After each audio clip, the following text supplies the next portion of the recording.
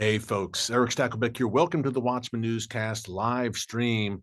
Today, September 17th, is the one-year anniversary of Operation Exploding Beeper.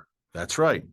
It was September 17th, 2024, 1 year ago today, when Israel carried out that stunning, devastating operation against Hezbollah in Lebanon. Look, thousands of Hezbollah members, their beepers, that's how they communicated through pagers. Their beepers exploded simultaneously while Hezbollah members were holding them in their hands, or the beepers were in their pockets. And there you have it. That was really, look, Israel and Hezbollah had been trading blows for close to a year in the wake of October 7th. But really, that date, folks, September 17th, 1 year ago, hastened the downfall of Hezbollah, because it was all rapid fire after that, right? September 17th, the Beeper operation, thousands of top Hezbollah terror operatives taken out of commission, wounded, they lost eyes, they had other injuries to their extremities, etc. The very next day, September 18th, 2024, same deal, walkie-talkies this time on the persons of Hezbollah members exploded. Several Hezbollah members killed. I think it was about 500 of those walkie-talkies exploded. Wow. Okay. Devastating 1-2 punch that left Hezbollah absolutely reeling. The psychological impact, grave for Hezbollah, of course. Then you fast forward. Israel takes out, about a week later, the Radwan force, the elite Hezbollah military leadership, the entire Radwan force leadership essentially in Beirut. And then fast forward a few days, Sheikh Hassan Nasrallah, Hezbollah's overall leader, killed. All of this happened in a roughly 2-week span, folks, a year ago. And then Israel commenced with a ground invasion of southern Lebanon, rooting out the Hezbollah terror hornet's nest at its northern border. And the rest is history. In the past year, we have seen Hezbollah essentially collapse to the point, number one, that when Israel bombed Iran's nuclear weapons facilities back in June, Hezbollah didn't even get involved. That's how down they are. And number two, we actually have conversations that were unthinkable a year ago. On September 16th, 2024, the conversation we're seeing right now would have been unthinkable. Hezbollah disarming. The central government in Lebanon is talking about doing it. The U.S. is saying it. Could Hezbollah actually disarm? That's how low they've fallen. The world's mightiest, most dangerous terror group, Iran's top proxy, its crown jewel, is now at the point where they may actually disarm, give up their weapons. They're already pushed well beyond the border with Israel, some 20 miles back over the Litani River. Oh, yeah. They've lost their entire leadership. They're reeling. And it all really kicked off 1 year ago today. Now, they're down severely, obviously, but they're not out. Hezbollah still formidable, but they've been so backed into a corner and smashed by Israel that they don't know what the future holds. Will they actually disarm and become a more, and try to entrench themselves more in Lebanese politics as they rebuild? Look, their goal is to rebuild their arsenal, right? We know that. But Israel's not going to let them. And with President Trump in office, it ain't happening. So Hezbollah is in a very, very, very tough spot, needless to say. And really, it all began, in a sense, 1 year ago today, September 17, 2024, with Operation, some call it Operation Below the Belt, others call it Operation Exploding Pager. So I wanted to mention that as we start here. And I want you to keep that in mind, because we're talking Europe today, right? A little bit, the European Union. I mean, you might say, well, look, Stakelbeck, I get it. Europe is anti-Israel. We all know that. But folks, it's much deeper and more dangerous than you might think. I want to unpack that with you, because the steps that the European Union is taking, this is leaving Israel. And Prime Minister Netanyahu said this the other day in a speech. This is increasingly leaving Israel isolated, especially economically. This is a big problem. This isn't anything where anymore we can just say, these European anti-Semites up to their old tricks again. Yeah, they are, but it's intensifying. Something's going on here. And to me, it's spiritual. It's a spiritual battle. And this is prophetic that Israel will, in a sense, be isolated in the days to come. Thank God President Trump is back in office. And Israel has the ally in the West that really matters when you have Britain in decline. And although, hey, last weekend, did you see the scenes from London? Amazing. Pro-London, pro-Britain, pro-West, pro-Judeo-Christian civilization rallies in London. Amazing.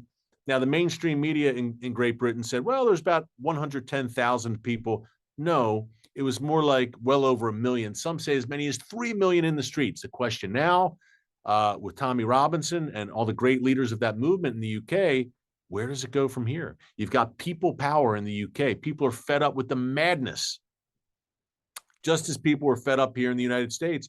That's why President Trump won a landslide victory. And that's why in the wake of the assassination, the cold-blooded murder, the martyrdom of Charlie Kirk, I think you're going to see revival stirring in the United States. You're already seeing it. It's been a week since Charlie was murdered in cold blood.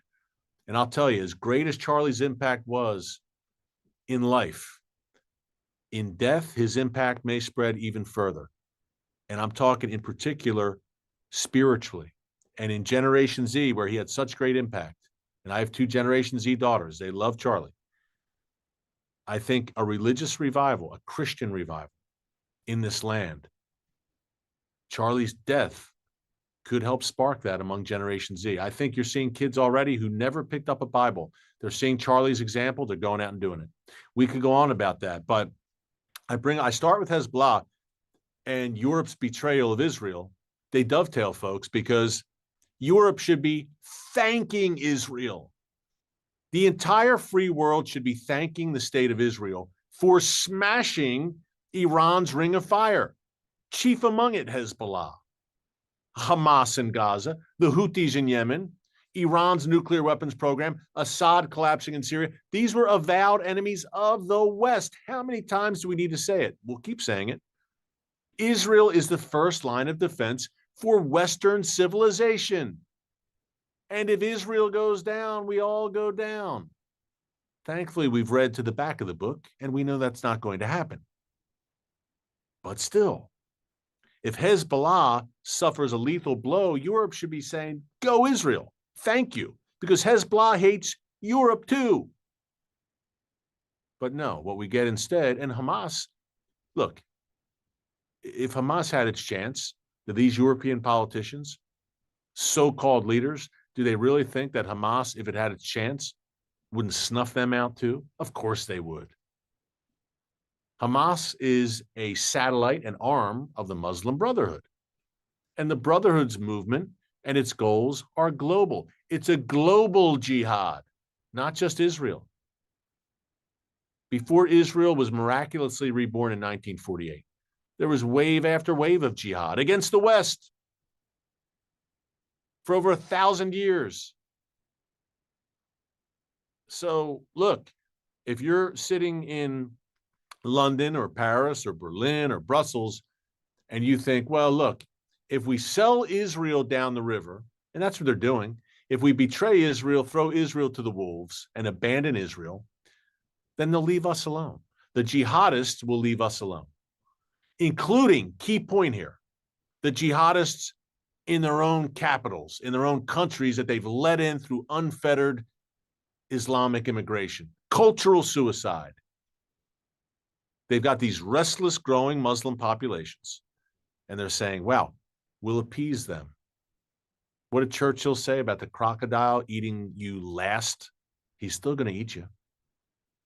You're just delaying the inevitable. You can betray Israel and sell the Jewish state down the river, but eventually the jihadis will come for you too. We're going to unpack that more because the European Union is taking some very troubling steps I want to break down with you.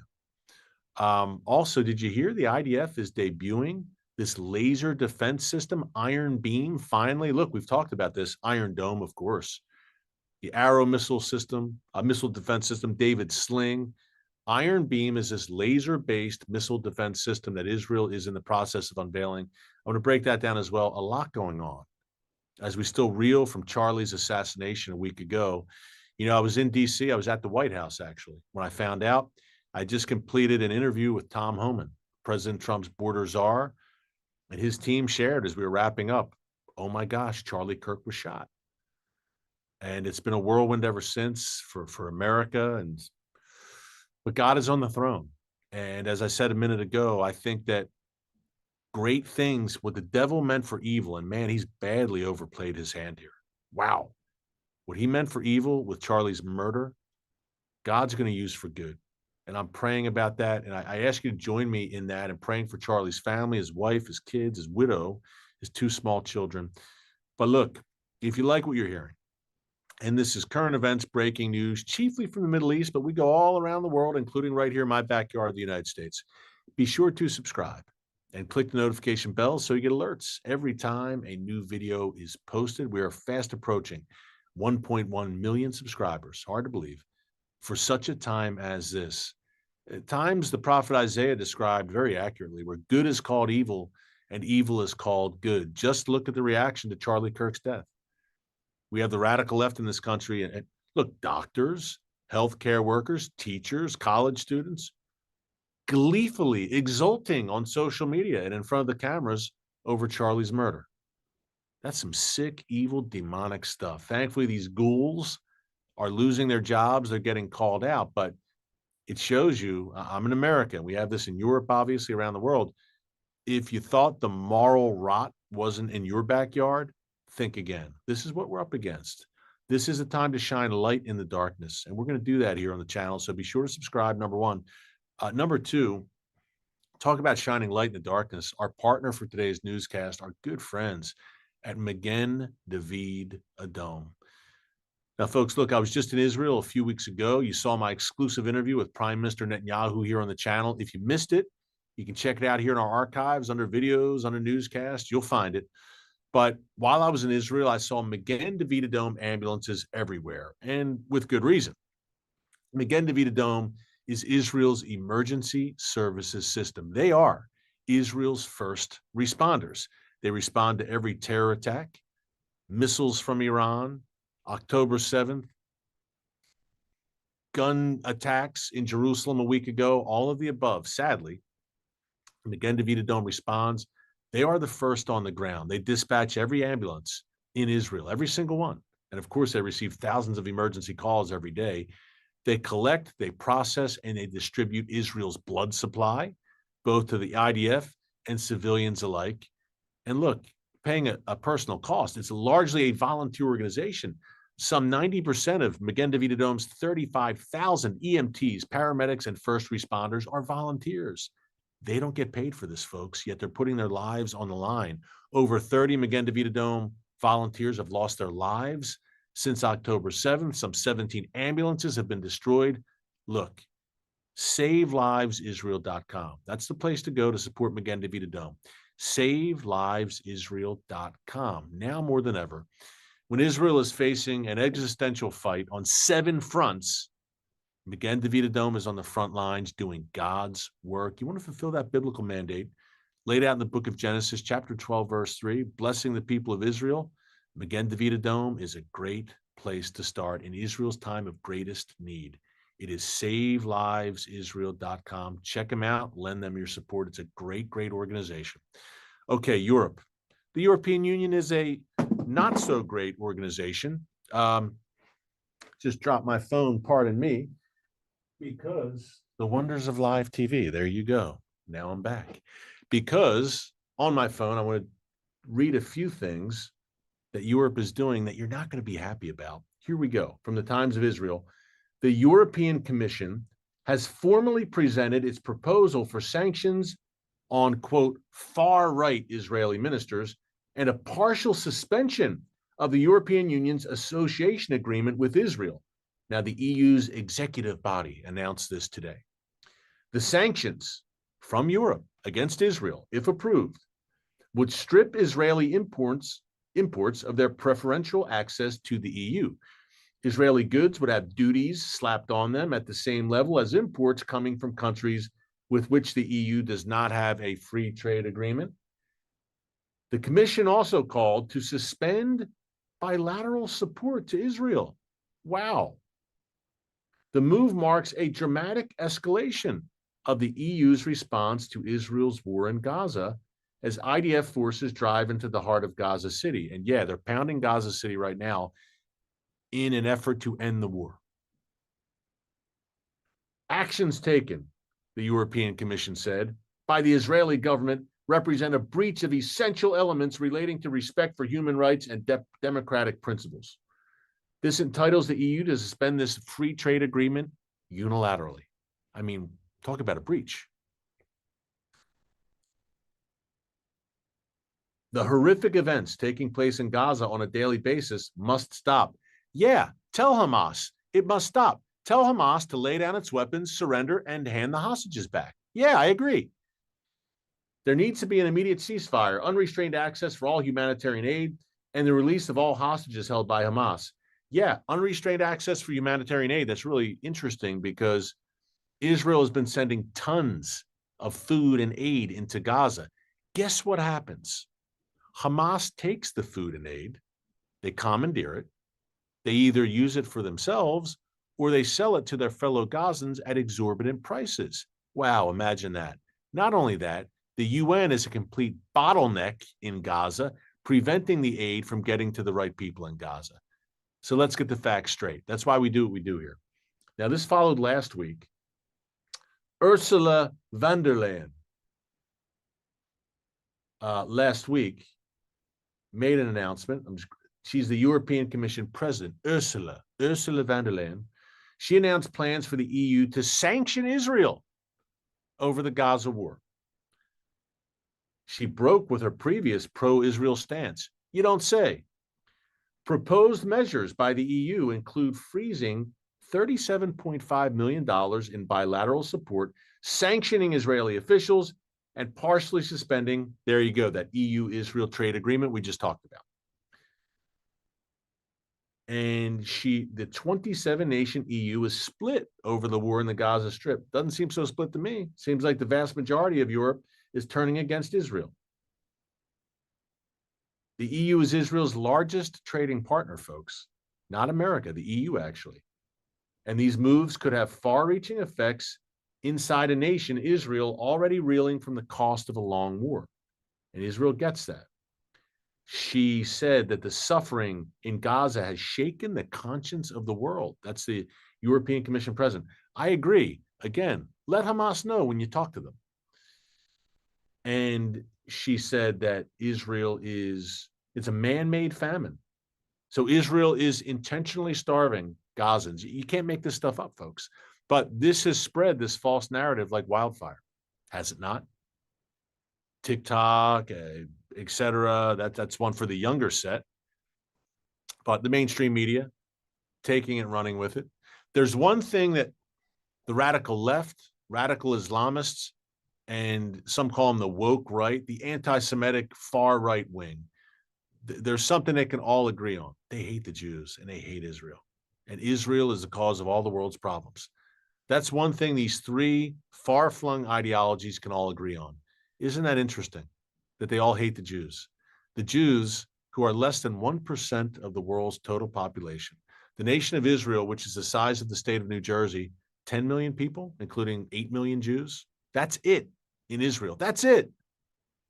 Yet this tiny nation, the size of the state of New Jersey, this people this ancient people who've survived holocausts, pogroms again and again and again, and who make up a fraction of the world, a tiny fraction of the world's population, they are to blame for everything. And you're already hearing rumblings on social media from these fringe corners that Israel, the Mossad, was behind Charlie Kirk's assassination. You knew it was coming. You knew it. It's an obsession. And for better or for worse, the world is obsessed with Israel. I'll tell you. Either it's a healthy, not obsession, but a healthy support for Israel.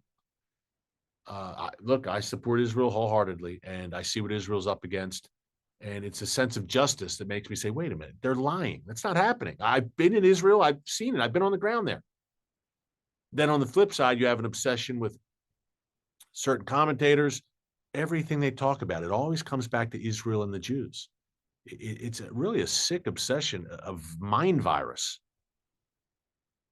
But Europe seems to be infected with it. Now, last week was a big one.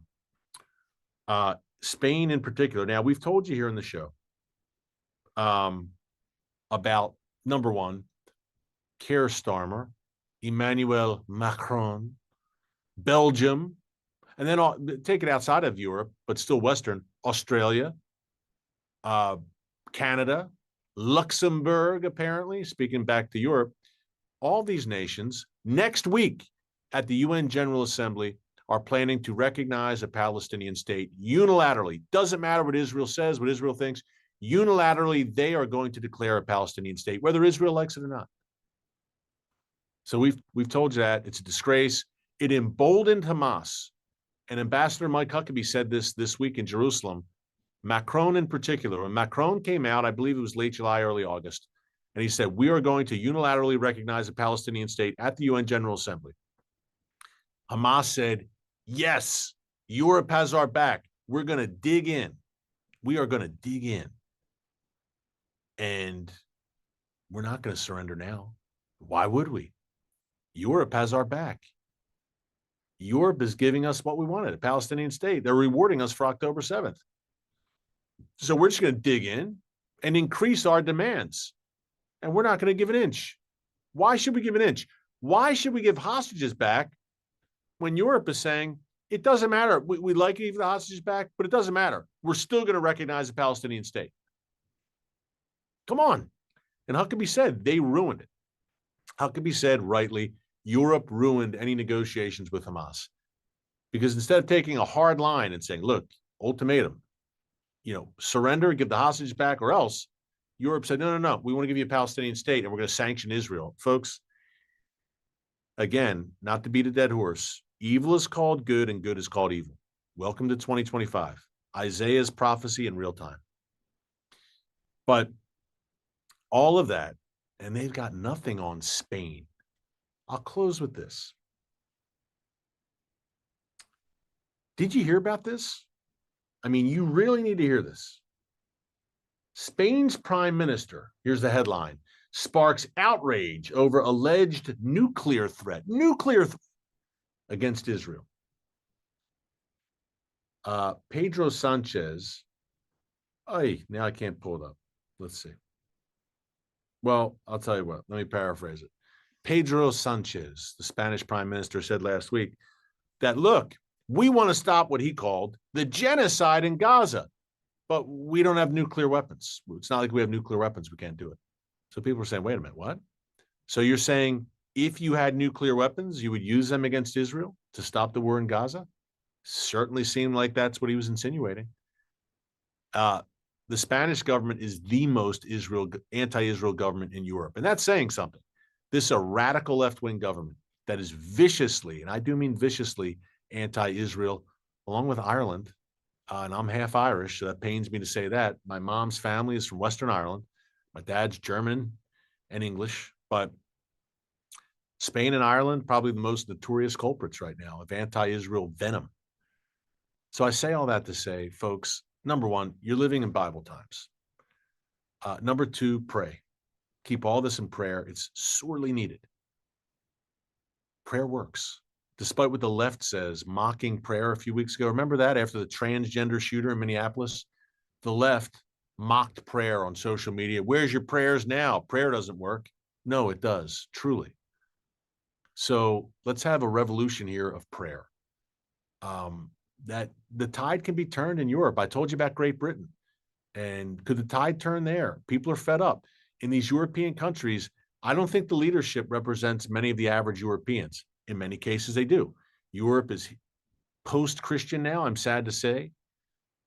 Secular, hedonistic in a lot of ways. Islam growing in Europe, no doubt. But let's pray for a change in government. Let's pray for some European Donald Trumps to rise up and help turn that continent around. So I'm going to pray for that because right now it's dark. And they are really taking just a horrible stance and drawing a line in the sand between them and Israel. So pray about that. Thanks for joining us today. A lot of things to pray about, but thanks for joining us today. Until next time, God bless you, and remember, never hold your peace. Hey everyone, thanks for checking out the Watchman Newscast. Make sure you hit the subscribe button so you never miss an upload, and tap the bell icon so you're notified every time a new video is posted. And don't forget to share your thoughts, insights, and comments below. Thanks for watching. We'll see you back here tomorrow.